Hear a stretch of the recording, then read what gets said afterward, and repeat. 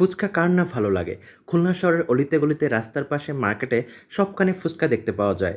তবে সব মোমোর ফুচকা কিন্তু অত বেশি মজা হয় না, যতটা এই কিউট মোমোর ফুচকাটা মজা হয়।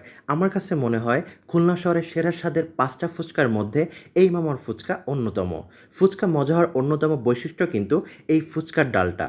ডালটা যে যত বেশি মজা করে করতে পারে, তার ফুচকাটা খেতে আই থিংক তত বেশি মজা হয়। খুলনা শহীদ হাদিস পার্কের ১ নং গেট থেকে ২ নং গেট যেতে এই মামার ফুচকা যারা খেয়েছেন অবশ্যই কমেন্টে জানাবেন।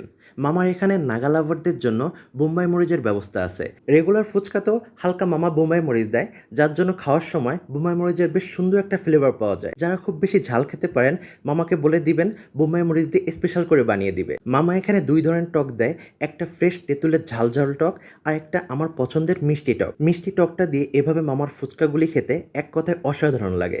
চাইলে আমার মতন হালকা ঝাল টক দেন মিষ্টি টক একসাথে মিক্সড করে ট্রাই করে দেখতে পারেন, জম্মের মজা লাগে।